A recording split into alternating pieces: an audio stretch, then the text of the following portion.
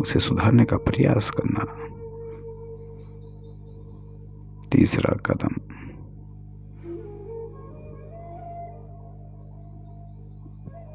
तुम्हें वित्तीय और मानसिक के साथ साथ तुम्हें अपने शारीरिक का भी विकास करना, अपने शारीरिक समृद्धि का विकास करना।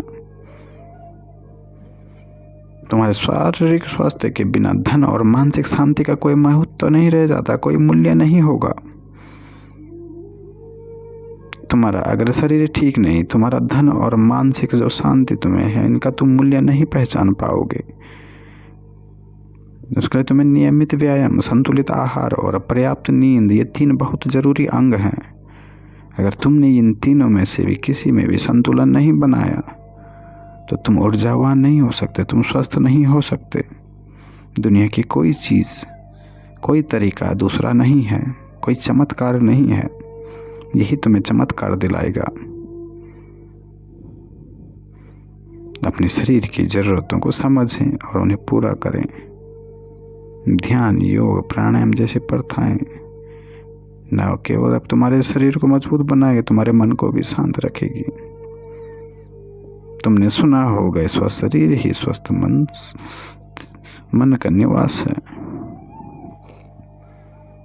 चौथा सबक, इन सब को बनाने के लिए तुम्हें चाहिए अनुशासन और समय का प्रबंध। धन, मानसिक और शारीरिक समृद्धि प्राप्त करने के लिए तुम्हारा अनुशासन सबसे महत्वपूर्ण है।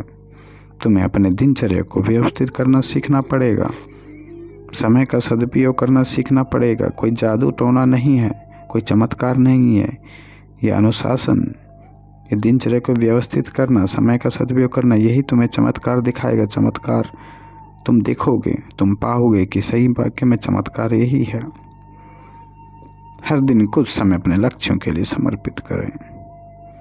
चाहे तुम पढ़ रहे हो, चाहे तुम व्यापार कर रहे हो, चाहे तुम दुकान में हो, चाहे तुम कोई बड़ा लक्ष्य हासिल कर रहे हो, चाहे व्यायाम कर रहे हो या ध्यान, इन्हें नियमित रूप से करें।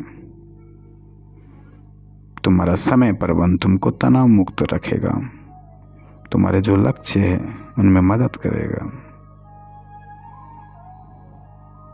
अंतिम कदम, 5वां सीख। अगर तुम्हें ये चीज़ें आ गई तो तुम्हें सीखते रहना है और कभी रुकना नहीं है। सीखते रहना है, विकसित होना है, अपनी नस्लों को विकसित करना है। जीवन है ये सीखने की एक प्रक्रिया। हर दिन कुछ नया सीखे, अपने आप को बेहतर बनाने का प्रयास करें।